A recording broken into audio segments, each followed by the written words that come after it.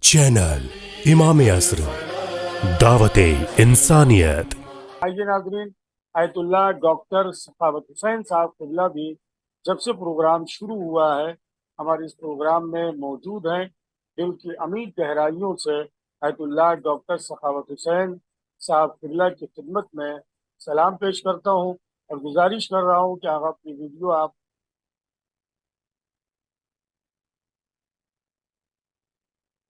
جی مولانا اسلم صاحب قبلہ کچھ کہہ رہے ہیں آپ؟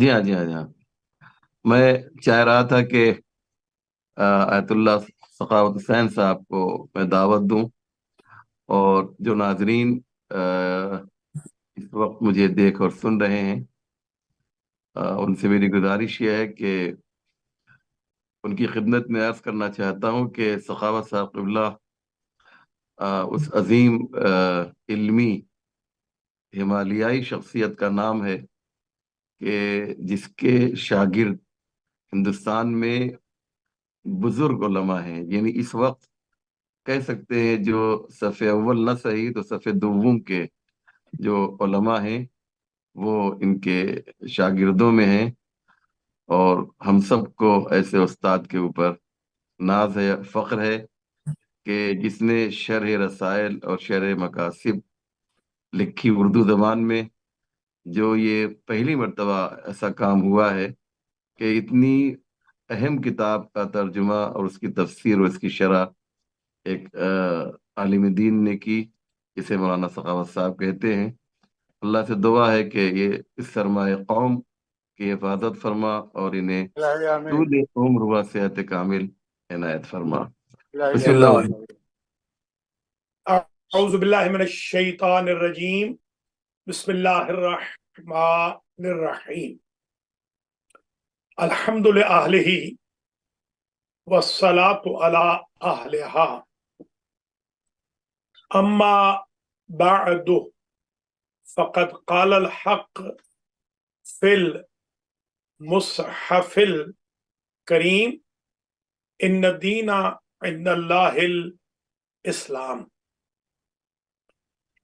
سب سے پہلے تو میں شکر گزار ہوں حجت الاسلام والمسلمین آغا الحاج محمد اسلم رضوی صاحب کا کہ جنہوں نے یہ SNN چینل قائم کیا، اور ثقت الاسلام جناب مولانا عباس علی وفا صاحب کا، جن کی معاونت سے ماشاءاللہ انحاء عالم میں تشیع کی بہترین نمائندگی کے لیے یہ میڈیا مستعد اور ممد ہے اور بروئے کار ہے۔ میں تینوں حضرات کی تقاریر کو سنتا رہا ہوں، آغا رضوی بھی اور حجج الاسلام، حجج اسلام جناب مولانا ڈاکٹر حسین نواب صاحب اور جناب مولانا نفیس تقوی صاحب، دامت افاضاتہما و افاضاتہم العالیہ انشاءاللہ۔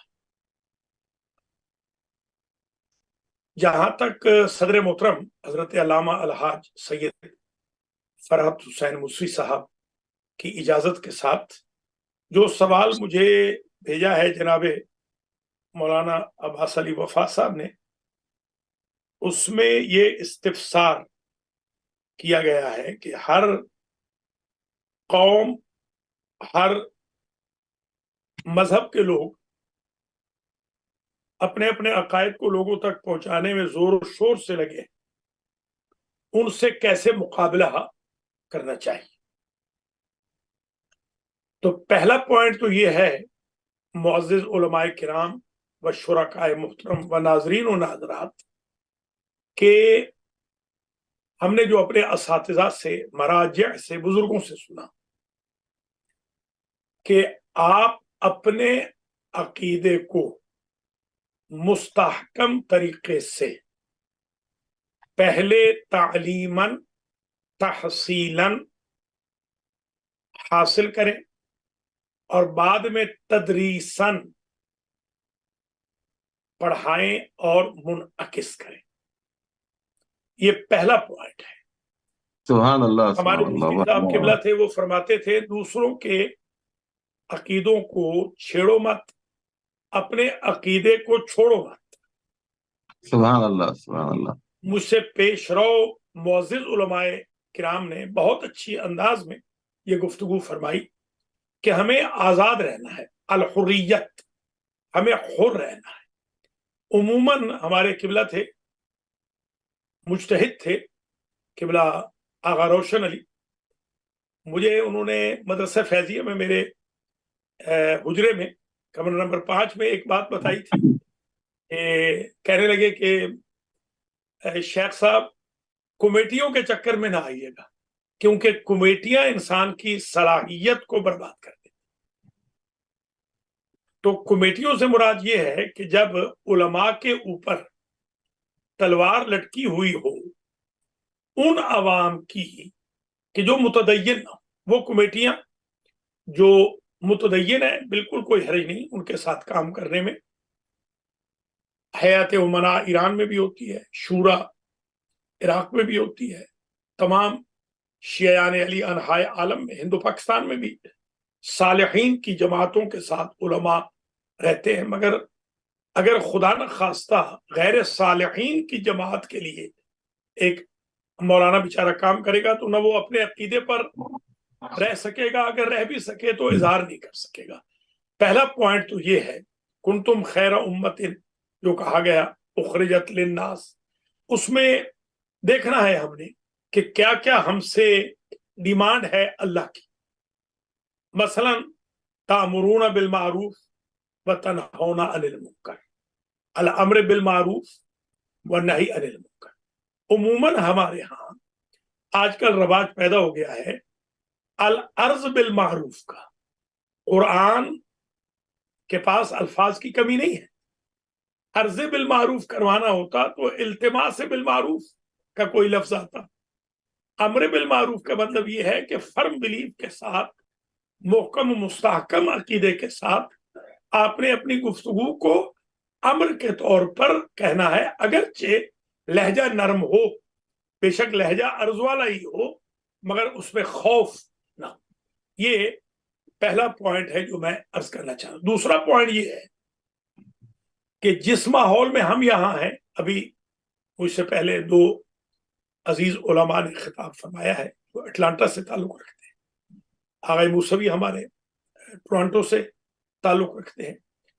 نارتھ امریکہ میں ہم دیکھ رہے ہیں کہ ہمارے بچوں کو، ہماری بچیوں کو اسکولز میں، کالجز میں، اکیڈمیز میں، جابز پر داہریہ بنانے کی کوشش ہو رہی ہے، یا بہت سارے دیگر مذاہب کے لوگ چکنی چپڑی باتوں سے ان کو اپنے مذہب سے دور کر رہے ہیں.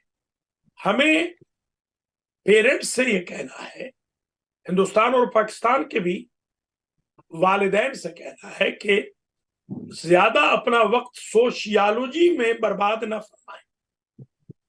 میں یہ دیکھتا ہوں کہ جب پیرنٹس جوان ہوتے ہیں اس وقت ان کے بچوں کو سخت ضرورت ہے اٹینشن کی اور توجہ کی.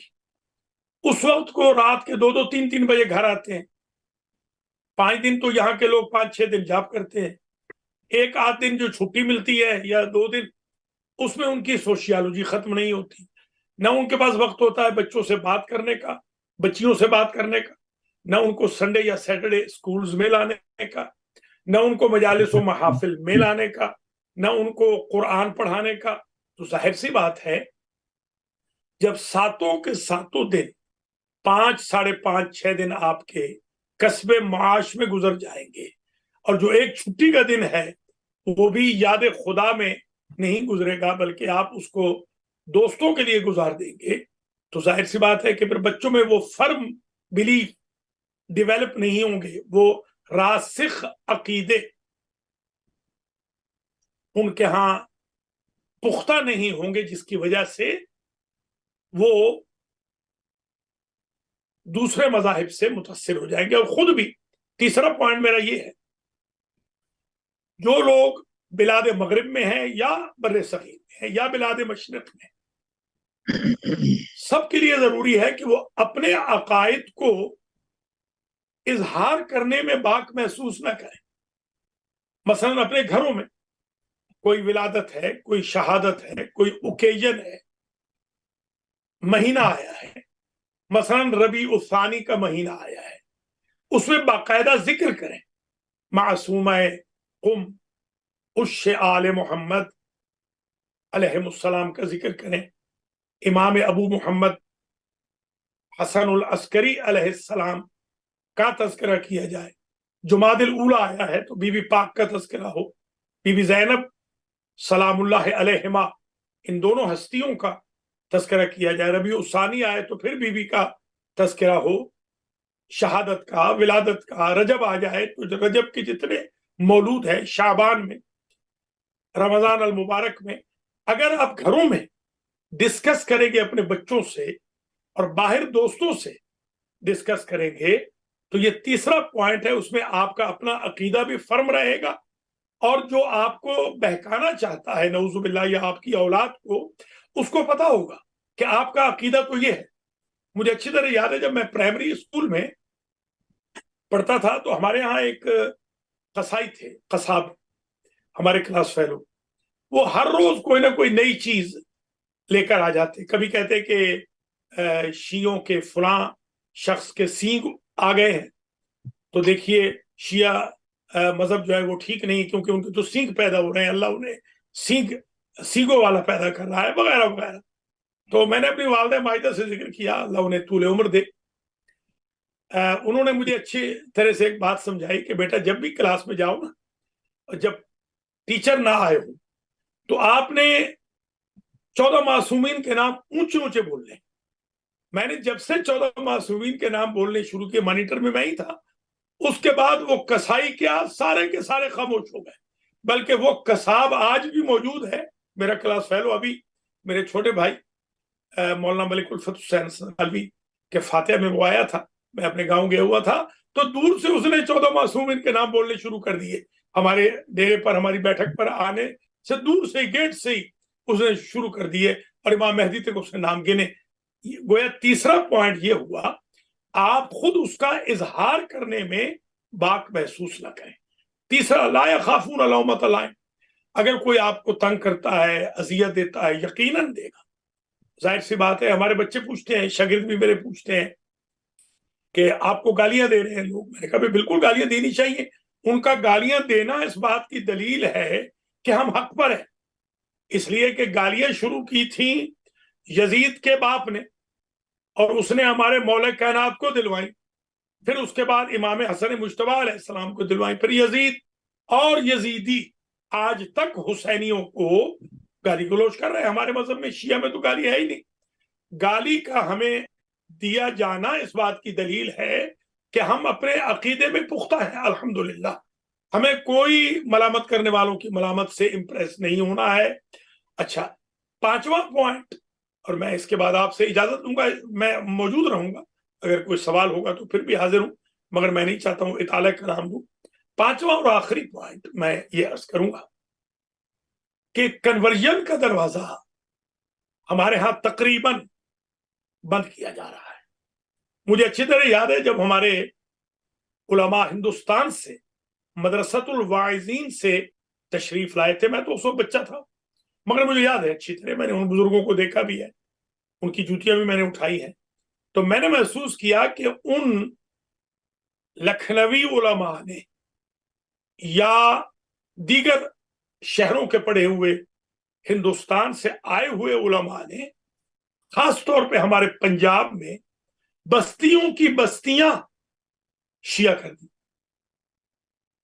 میرے والد صاحب قبلہ خود لکھنؤ کے فاضل تھے، جہاں کے آیت اللہ حمید الحسن صاحب قبلہ پرنسپل ہے آج کل مدرسہ ناظمیہ، وہیں سے میرے والد صاحب قبلہ فارغ التحصیل تھے۔ میرے والد صاحب نے کم از کم 150 میل میں تقریباً 100 بستی کو شیعہ کیا ہے، 100 بستی، الحمدللہ رب العالمین۔ وہ بستیوں میں چلے جاتے تھے چھٹیاں جب ہوتی خاص طور پہ مدرسے کی، تو وہ 2 مہینے تبلیغ پہ چلے جاتے تھے، ہفتے بعد گھر بھی آ جاتے تھے، پھر چل پڑتے تھے۔ 100 بستیاں میرے والد نے شیعہ کی، اسی طریقے سے جو وہاں سے علماء تشریف لائے۔ آج کل یہ سلسلہ تقریباً ہمارے ہاں تو منصد کے قریب ہو گیا ہے، لوگ آ نہیں رہے، کنورٹ نہیں ہو رہے، لوگ بہت کم لوگ ہیں جو کنورٹ ہو رہے ہیں۔ میرے برادر بزرگ علامہ الحاج سید فرحت حسین موسوی صاحب قبلہ نے مجھے حج میں بتایا 1995 کہ انہوں نے ایک کوارٹر سے 2 4 شیعہ کیے ہیں۔ ایک کوارٹر اس وقت ہوتا تھا 25 سینٹ، یعنی جیسے 1/4 روپیہ ہوتا ہے آپ کا چونی جس کو کہا جاتا ہے، یہاں کی جو کینیڈین چونی ہے اس سے کہتے ہیں کہ میں فون میں ڈالتا تھا، ساؤتھ امریکہ میں کال کرتا تھا اور وہاں میں لوگوں سے بات کرتا، کافی ٹائم ہوتا تھا، اس وقت سستا تھا فون، یہ سیل فون وغیرہ تو تھے نہیں، تو میں تازہ آ رہے تھے، تو اتنے لوگوں کو میں نے شیعہ کیا، مسلمان کیا۔ پھر میں نے ان سے انسپائر ہو کر 1995 کے بعد تقریباً 3000 کے قریب، اور کچھ پہلے کیے تھے، 3000 کے قریب میں اب تک شیعہ کر چکا ہوں۔ ابھی یہ پچھلی شب جمعہ میں 6 لوگوں نے حضوراً اور ایک سسٹر نے فون پر، یعنی 7 لوگوں نے شیعہ مذہب قبول کیا پچھلی شب جمعہ کی ایک مجلس امام حسین علیہ السلام سے، جو میں نے طہارت چہاردہ معصومین کے عنوان پر پڑھی تھی۔ تو میرا مطلب عرض کرنے کا یہ ہے کہ ہم یہ کنورژن کا دروازہ بند نہ ہونے دیں۔ ہم سب کے سب جو طلبہ ہیں، میں تو خیر چھوٹا سا طالب علم ہوں، آپ تو علماء ہیں، آپ علماء اور میں ادنا طالب علم، ہم یہ کوشش کریں آج کے بعد کہ ہم باقاعدہ منتھلی اپنی اکاؤنٹیبلٹی خود رکھیں کہ کتنے لوگوں کو ہم نے اس مہینے میں متوجہ کیا ہے اہل بیت کے مذہب کی طرف۔ ہو سکتا ہے 1 بندہ شیعہ ہو جائے، ہو سکتا ہے 6 مہینے میں 1 ہو سکتا ہے سال میں ہو، پھر ہمیں تجربہ ہو جائے گا اللہ کے فضل و کرم سے۔ آہستہ آہستہ اس طرح یدخلون فی دین اللہ افواجا۔ بس یہ گفتگو میری تمام ہوئی۔ ایک مجلس تھی آخری، القرآن سینٹر ہے ہمارا، اس میں ایک برادر اہل سنت کو ہمارے ایک بھائی بخاری صاحب لائے تھے، تو وہ جو میں نے مصائب پڑھے بی بی زینب کے، آپ یقین کریں مصائب سے متاثر ہو کر وہ بندہ آیا اور اس نے سب کے سامنے کلپ بنایا۔ اس نے کہا کہ میں ہمیشہ مجلسوں میں جاتا رہا ہوں، آج بی بی زینب کے مصائب سن کر اور مولا علی شیر خدا کے فضائل سن کر میں مذہب شیعہ قبول کرتا ہوں۔ ماشاءاللہ وہ ہمارے کانگریگینٹس میں شامل ہو چکے ہیں۔ میرے جتنے بھی مراکز ہیں، 3 مراکز ہیں میرے، تینوں مراکز میں جب میں خطاب کرنے جاتا ہوں یا درس پڑھانے جاتا ہوں تو ماشاءاللہ میرے پاس جو کنورٹڈ لوگ ہیں، یعنی ہندو، سکھ، یہودی، عیسائی، اسی طرح وہ نظر آتے ہیں جس طرح کے حسینیہ مسجد ٹورانٹو میں آغا صاحب کے ذریعے جو کنورٹ ہوئے ہیں، وہاں پر کنورٹڈ لوگ نظر آتے ہیں۔ جوان علماء کے پاس انرجی بھی ہے، صلاحیت بھی ہے، اور وہ جوان بھی ہیں، وہ بہتر انداز میں کام کر سکتے ہیں۔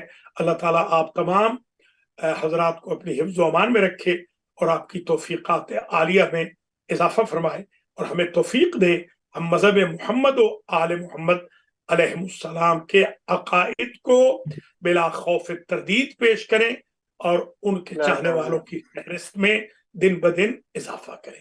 والسلام علیکم جمیعا ورحمۃ اللہ وبرکاتہ۔